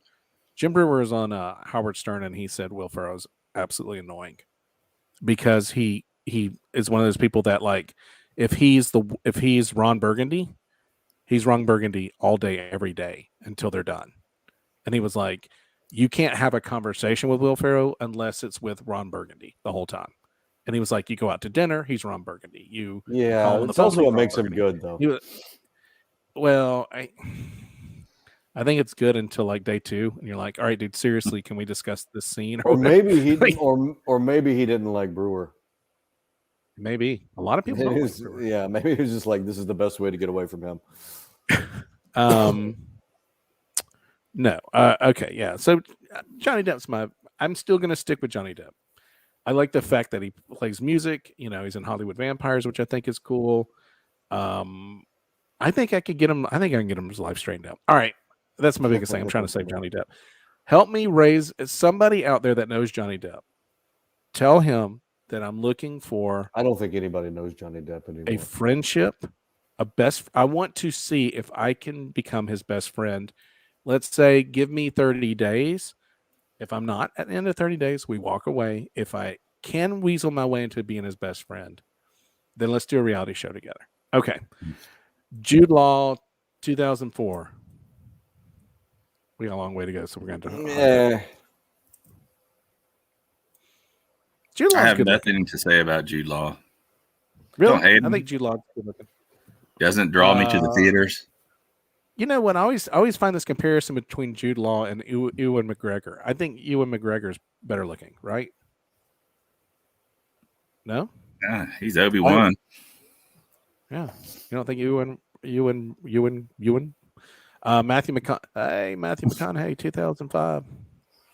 My wife says he's greasy. I tend to believe that one. He does look like he's a greasy dude, and I get a weird vibe. It's kind of like Oprah when you kind of have your own magazine and you call it by your name and you're on the cover of it all the time. I find it weird that Matthew McConaughey is writing these self-help books about how to make your life better. I'm kind of like, I appreciate that, but I don't really know you. You know, he also refers to himself as McConaughey. Yeah, I mean, he's like, I wrote this book about people trying to get better and improving your lifestyle, and I'm like, but I mean, dude, what are you worth? Who's your wife? Like, you got a gorgeous wife, you got all this money, you can do anything you want. Yeah, it's easy to pick your life up when all that's going right. But yeah, you're trying to talk to me about that, and I got 2 kids that are screaming. One, has foot and mouth disease, and I'm trying to find time to hang out with my wife privately. Like, but you need to do more. I don't have a maid, dude. I don't have somebody watching my kids for me like you do. It's like the light screen. It's not red, man. You got to go through it. Don't be scared. Like, dude, I don't need advice from you. I mean, anybody that can, he's a voice on the sleep app to put people to sleep. I don't know anything about the sleep app. Scott, you would actually probably do well with that because you got a good soothing voice. You should actually apply for that. Anyway, they have. Yeah, so you would talk quietly like, "Hey, this is Scott. Go to sleep." What Scott's submission was just this creepy. Hey, go to sleep. Why don't you go to sleep now? Why are you still awake? That'd be great. Scott sleep app. I can't do this all night. Hey there. Whatever your name is. My name's Scott. I'm gonna put you to sleep. Are you asleep? Go to sleep. Go to sleep, baby. You go to sleep now. Close your eyes. I don't have a lot of material. Just go in the bathroom with like with a microphone and turn on some water and. Oh man. I'm not. No, all of a sudden you hear me peeing while I'm talking. Yeah, I had to go to the bathroom. You open the porch door. Don't mind that. Just go to sleep. It's more like somebody hiding in your closet waiting to rob you or take advantage of you. Go to sleep. Go to sleep, please. Are you going to sleep yet? Just imagine me in your room looking at you. Go to sleep. Anyway, so Matthew McConaughey's on the sleep app, and I was listening to it the other day, and it's pretty funny. It's like, now, before we go to sleep, I'm going to tell you that you need to close your eyes, relax. I'm going to read you a story about calm and peace. Are you ready to go? All right. You're just like, okay. I mean, I guess that worked for people. George Clooney goes back in 2006. Here's a good one in 2007. Matt Damon. I don't get it. 2007, Matt Damon. This would be right around the third Bourne movie. Yeah. Matt Damon. It seems like he's got a great sense of humor. There's 2 Matt Damon. He gets buffed up for those movies. So. Yeah, there's the Matt Damon when he's shooting, and then Matt Damon when he's not shooting, and he's like the beer gut Matt Damon. Yeah, exactly. I don't know. That guy was a good-looking dude, though. Young. He was young, good-looking. You know what I mean? Baby face and. Yeah. Okay, maybe not. We're gonna go to 2008. I mean, his face is so smooth. Bet Statham didn't make this list. One else? Hugh Jackman, 2008. Yeah, I don't get it. Who? Hugh Jackman? This, maybe he was buffed up for Wolverine. Why women? Yeah, this would have been right around X-Men: Last Stand. I get it, but I got to be honest with you. Maybe this is. My man part of me talking, but it's just weird to see a dude as Wolverine shredding people up with his claw hands and then turn around and do some kind of musical. You know what I mean? Like where he's tap dancing around and singing, and I'm like, it just kind of does the opposite. Which one was that? He was in the Greatest Show on Earth. The Greatest Show on Earth, and apparently, like, he just loves Broadway. And I'm like, that's just weird. The Greatest Show on Earth, was that? Yeah, that's where he started, I think. Oh, never mind. I'm thinking of it is. Something else. And he has a fantastic voice and everything. I just think it's an odd. It's like action stars now. Nobody grasps the action star. They just do it a little bit and then they go do something else. It's like, wow. I'm used to guys being action stars. Like Sylvester Stallone's movies are action. I know everybody loved him and they still love him as Wolverine. I think Keanu Reeves is a straight up action star now. I would say now he is for sure. Yeah, for sure. Johnny Depp again in 2009. He looks a lot rougher. Cocaine's taking its toll on him. He looked really young for a very long time. Well, now everything's painted on him now, right? His whole face is painted on. He has a very, you look at him now, it's very much plastic. Who used, well, no, I just think it's a lot of cocaine. I think it's a diet of a lot of narcotics. Yeah. And whether that's to get him through things or what, I don't know. I think there's a lot going on there, honestly. I'm going to resolve when we hang out. I'll tell you. At Applebee's, yeah. Yeah, when Applebee's, everything will come loose. Ryan Reynolds, 2010. Good looking guy. I don't get it. Guy. Now we're talking about their looks. I know with his acting deepness, it's hard for him, but we're just talking looks. Oh, he's a great actor. No, I don't. He's hilarious though. He's got a great personality. I love watching movies with him in it. But I just don't think he's that good looking. Yeah, he doesn't. Like he's got just pretty much one way that he plays every role. And it's comedic. Well, he's Canadian, but he's very witty. He's entertaining. This is one I think he's perfect for Deadpool. He should just be Deadpool. This is one I think is a little. I don't think this is a great looking guy, but women will argue with me left and right. Bradley Cooper, I think he's pretty average looking. Yeah, he doesn't blow my pants off. There you go. I understand this one. Chatting. Maybe you should let him blow your pants off. That's what the key and then come back and tell us the story. Chatting Tatum in 2012. I get it. He did. Was that Magic Mike? Yeah, he's kind of faded in the last few years, though. Kind of. It's almost like he never took off. He just like Josh Hartnett. Like it started, but it just never really. Josh Hartnett did that to himself. He turned a bunch of shit down. Okay. Yeah, he did, didn't he? Yeah. But Penny Dreadful's very good. I think he turned down Batman. Mm-hmm. Really? Yeah.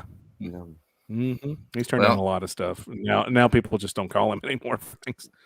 All right, here's one. This will be interesting. 2013, Adam Levine. Fuck that guy. I don't even know. You know what? Adam, can I tell women what I'm going to tell women about Adam Levine. You know what a guy thinks of Adam Levine? When you see all the tattoos, it's like he went into the tattoo artist and said, "Give me everything on the wall." Exactly. He has the most random place tattoos. He went into a tattoo shop and probably spent $12,000 saying, "Just tattoo all this on me." I guarantee you, none of that stuff has any meaning. What? No. And now he takes his shirt off because he's got all these tattoos. That's his thing. Look at those tattoos. They're spread. They're like placed all around like stickers. Like he looks like he's a race car for a tattoo shop because it's these random tattoos all over his body that are not even. I can't believe he doesn't have like the two birds that are like right here, like all those dudes got. What does he do? I'm looking him up right now. I don't recognize this guy. Maroon 5. Look at this is gonna sound. I don't see any. Oh, there's tattoos. Look at Adam Levine all below his neck. Yeah, it's just like I don't know what you're looking at, but it's like all of his it's like he literally went into a tattoo shop on one night and was like, "Give me everything on that wall," because there's no way all that stuff has any meaning at all. And the rose and I want the fish Oh going yeah, around the rose. Yeah, I want the bottle of whiskey. I want the Mexican whiskey. girl. I want the let me have the well on my side. Like I guarantee you, those tattoos all happened in a short amount of time, just so he could have them. I'm gonna have to erase my browser history after this. Adam Levine without his shirt on. Yeah, I mean, I just think he's fake. I think he's so fake that I understand why women think so because he's a singer, but I think he's overrated. But yeah, look at him. Plus, his music, their music is just garbage. Oh, it's train. It's easy. It's low hanging fruit. It's low hanging fruit. There's nothing there. There's not really much music that isn't garbage. I know these days, and it's funny. Like you heard our parents say this about our music, but kids today agree with. It's not like where we would fight back, with our parents about our music. There's no kids agree. They said, "Yeah, our music sucks compared to y'all." It does. That's why a lot of kids are depressed. Like they don't have rebellious music. It's all manufactured garbage. And they all love 2000. They love the grunge music that came out in the early to mid 90s. Yeah, I have some of them even love the heavy metal from the 80s. He was like listening to Joe Satriani. I'm like, what? That was like, that was like 86. I didn't even know anybody even listened to this guy anymore. I don't know. Guitar player. Yeah, it's like that's so random. Listen to a guitar record but no singing. Anyway, Chris Hemsworth, 2014. I get it. Right, he could still win. Yep, you get it. I get it. Oh yeah, I guess. 2015, David Beckham. For me. I'm a big fan. He's doing Hulk Hogan in a bioptic movie here pretty soon. Yeah, for Netflix. Yeah. Is it for Netflix only? Roids in that house. Yeah, I think it's Netflix special. Yeah, there's gonna be a lot of roids in that Hemsworth household. You heard it here first. Well, he kills it before. Probably a lot of steroids for that too. Hey, listen, no judge. You get if I'm an actor and I'm getting paid to play somebody like Thor, I'm buying all the steroids. David Beckham, 2015. I get it. You get it? Beckham, yeah, why not? Yeah, good looking dude. Wife's gorgeous. I can't really picture his face. David Beckham. I know who he is though. Dwayne The Rock, 2016. I guess I get it. I think that's more personality. Yeah. Okay, one I don't get here. 2017. Sorry, we got to go a little fast here. Blake Shelton. Not an attractive guy. No. What the hell? Yeah, I don't know. He's a country singer that hosts. He hosts one of the talent shows. Yeah, right? I don't understand. Like, he's married to Gwen Stefani. Gwen Stefani, right? Mm-hmm. There's a match. They apparently have an awesome relationship, but I think it's weird. Let me say this: Gwen Stefani can't sing. I don't want anybody to ever tell me she can sing. She's a horrible singer. She's horrible. She's nasally. I can't stand her. I don't know why anybody thinks she sings good. She's terrible. Awful. Didn't we see them live? Yeah. They opened up for 311. Yep. At the Fox. 2018. Sorry if I say this wrong. Idris Elba. Elba? Yeah. Yeah. I may have said it wrong too. That's how I say it. I saw him on that Hot Wing show. He seemed pretty cool. Seemed pretty down to earth. John Legend in 2019. What? Now, John Legend is the singer. He's a singer, right? Yeah. That come on. He's in John Between Legend? Two Ferns, the movie. In 2019, John Legend. Well, that was also when. What was the? It was the dance singing movie that. No, that was way. I can't. No, I'll tell you what, I can't stand his wife. 2017. I don't know. Time keeps going by faster. Yeah. Happy John Feet. Legend. That was like. Sorry, I don't see it. John Legend, I don't see. Joel Osteen. Sexy. That's the preacher. He's on right now. 2020 was Michael B. Jordan. I see it. Paul Rudd, I think. When you think of all these people on this list, though, most of them are agreeable. There's a good percentage it's not. I don't know. Paul Rudd feels like one that you'll look back on in 20 years and be like, I don't know. Girls love Paul Rudd. I think he's goofy and he's funny and and that's another dude I think if you ran into, he'd be cool as shit. Like, I ran into him. He was filming Ant-Man and he came into Longhorn Steakhouse while I was working there. Yeah, it seems like he took a picture with the whole staff, except me. Yeah. I was in the back doing something. I missed the picture. Oh. So I want to say some before we get out of here. There's a couple that women say that. I mean, this is tough because you're going to automatically think something different. And this is before all this happened, before we knew what he was packing.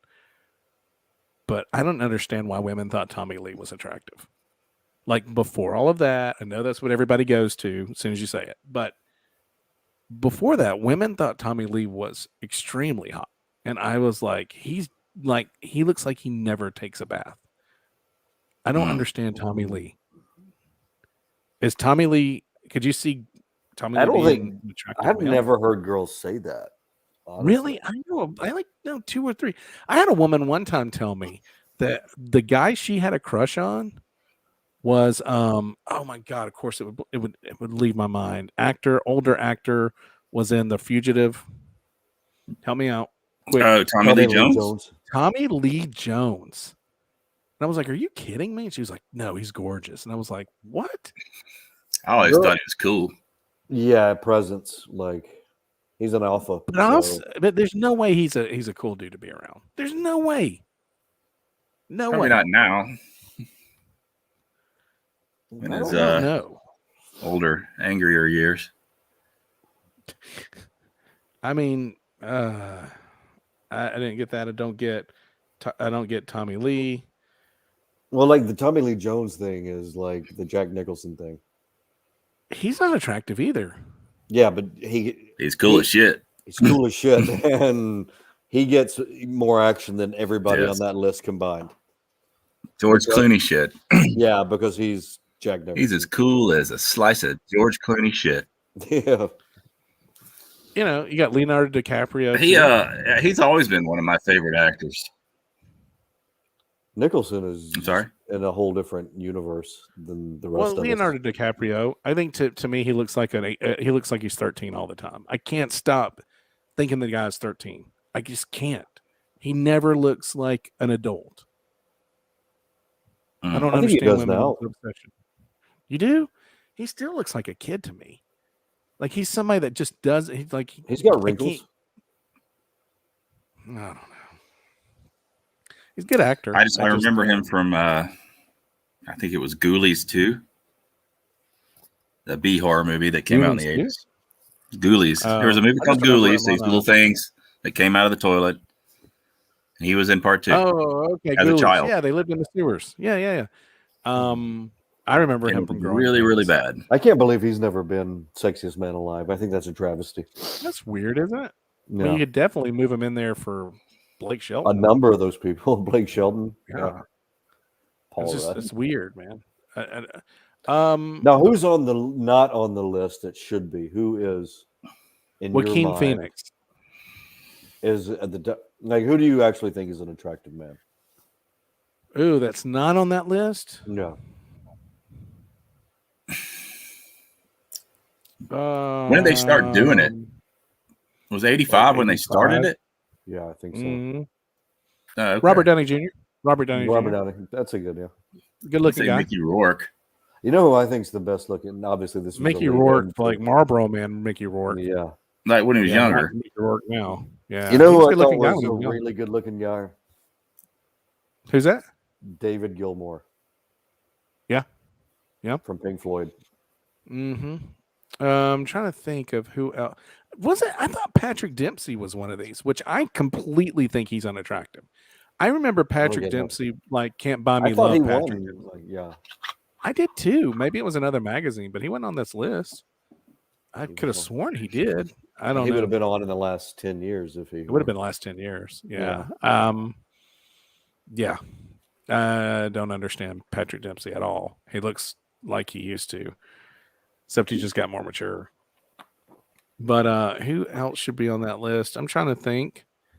Tom Brady. A lot of women think he's good looking. He's not a bad looking guy. Yeah, he's a good looking guy. Did a sports figure ever make it? Have you ever seen him without his shirt off though? He is the least athletic. I see him without his shirt off all the time. Do you? No. He has no definition, no muscle tone at all. None. Well, we have something in common. Let's see. I'm trying to think. Sports figures. Musicians. Going through that list of musicians in my brain. I'm sure there's some, maybe. Actor wise, yeah, Robert Downey Jr. I could see. Yeah, it's weird. Robert Downey Jr. is not on there. Girls love him too. Women love him. Yeah. They always have. Jason Momoa, I'm surprised has never been on there. Which, I mean, I don't. He looks just evil to me. It's like take a pirate and make him an actor. It's probably just a matter of time. Yeah, I'm surprised he got so famous. Yeah, he seemed like I don't know, just like that he wasn't going to really make it or ever get a big role, but I guess he did, and it was the one that everyone made fun of till it was finally made, Aquaman. Yeah, Jared Leto. People liked him in Game of Thrones, so. God, I hate that man. Who? Jared Leto. Zac Efron's a pretty good fella. Dude. I hate that guy. Jason Statham's on this list. Why would Jason Statham be? Jason Statham? He's one of my favorites. I like watching his action movies. I like Crank. Have you seen the movie Crank? Yeah. Corey Haim's in it. Oh, Ryan Gosling, I'm surprised he's not on that list. Ryan Gosling? Mm-hmm. Yeah. Women love them some Ryan Gosling. They do, ever since The Notebook. Hey, Christopher Pine. That's an interesting one that wasn't on there. He's not famous enough. I'm Chris still Pine? pushing. Because I loved him in the Star Trek movie. Because Paul Rudd has won in 2021. I'm starting the campaign for Sam Rockwell. Here's 2022. Now listen, I love Sam Rockwell and Matchstick Men. That's why Sam Rockwell's the best actor alive. Sam Rockwell can play any genre you put him in. Oh yeah, I think he's a great actor. I do. He could be great in comedy. He's great in drama. He was good at. I like The Moon. Yeah, he was good at that. I'm surprised Colin Farrell's not on there. He may be soon because he's in the new Batman movie. He's the Penguin. Here's what I'm it doesn't look anything like him though. Nothing like him.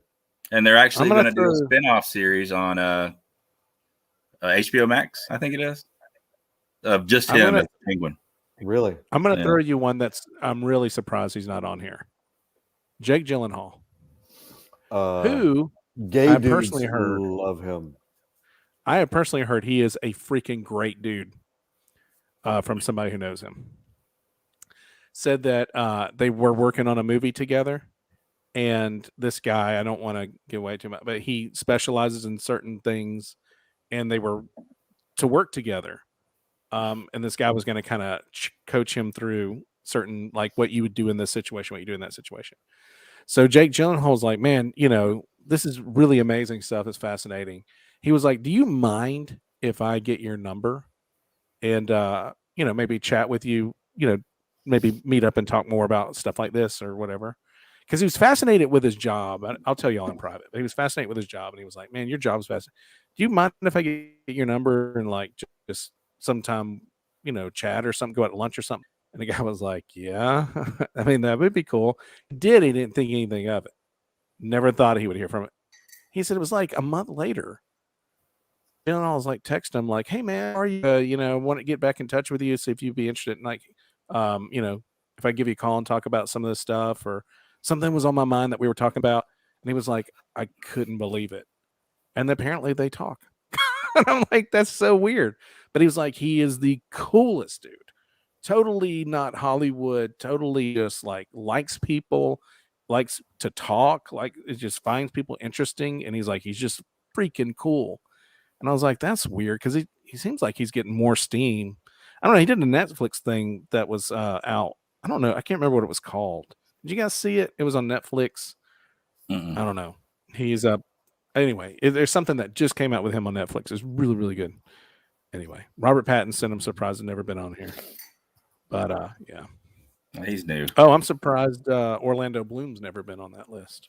Oh, he tried so hard to be Johnny Depp after Pirates of the Caribbean that it was. Yeah, he did, didn't he? It was just so sad. Starting to wear bandanas tied around his wrist and stuff, and it was just like, dude. This is one for you, Wick. Tom Hardy. Surprised that Tom Hardy's not on these lists. The only reason probably not is because not famous enough yet. Oh, he's famous enough. It's because I don't know. You think so? He doesn't look. He's always in makeup. Or I mean, Venom is the only thing that I think he's been a real actual main star of a huge film. Would be Venom. I can't think of him being in anything else where he was the main Bane. And the third Batman, he had his face covered the whole time. Yeah, he had his face covered the whole time, and I'm not sure that he's really given acting chops on that one. Now, I don't know if I know Wick told me for sure. I don't know if you agree that he thinks. I think it was Wick told me that he thought Tom Hardy was a fantastic actor. Oh yeah, yeah. I don't know. He wasn't Bronson. It seems like everything I see him in, he's just not really flexing his abilities. I don't know. Whatever. But I'm surprised Tom Hardy's not on here. Anyway. Yeah, go see Bronson. Yeah. He's intense in Bronson. All right. We got to go, guys. Anything else? Did we go? We spent 3 times longer on the list of men than we did on the list of women. Yeah, that's it. This is the gayest show. Hey, it's 2021, man. Significant margin. Yeah. We'll never talk about those men again. Yes, we will. Of course we will. Anyway, that was fun, man. That was fun. Fun show. We'll be back next week with something else for you guys to enjoy. I don't know what it'll be, but it'll be something. We're trying to get some scheduling stuff done. We'll get it. I'm sure it'll come around. We're just gonna wait until we have a for sure lock on. Hopefully a witch. Hopefully a witch. We said it last week, but we got to move on and pretend like it's not going to happen, and then hopefully it does, and then we can. I don't want to keep promising it next week. Don't forget to tune in. I'll make it happen. Interviewing. Yeah, we're interviewing. John Depp next week. Don't forget. Maybe that's what we should do.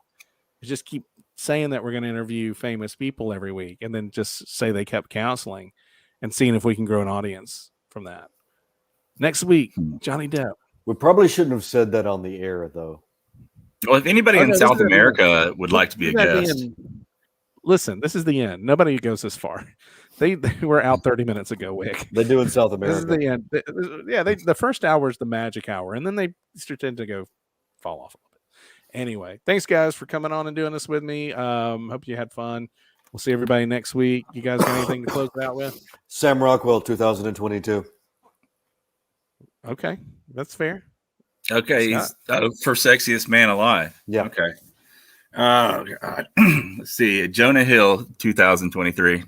There we go. Fat Jonah Hill, or I don't know, either one. Jason Bateman for 2024. He's still funny no matter how he's built or set up. To me, Jonah Hill's one of the funnier comedic actors. He is. He's very good. All right, everybody, have a great week. We'll see you next week on Dukes of Blather. See y'all then. Bye. See y'all. Bye.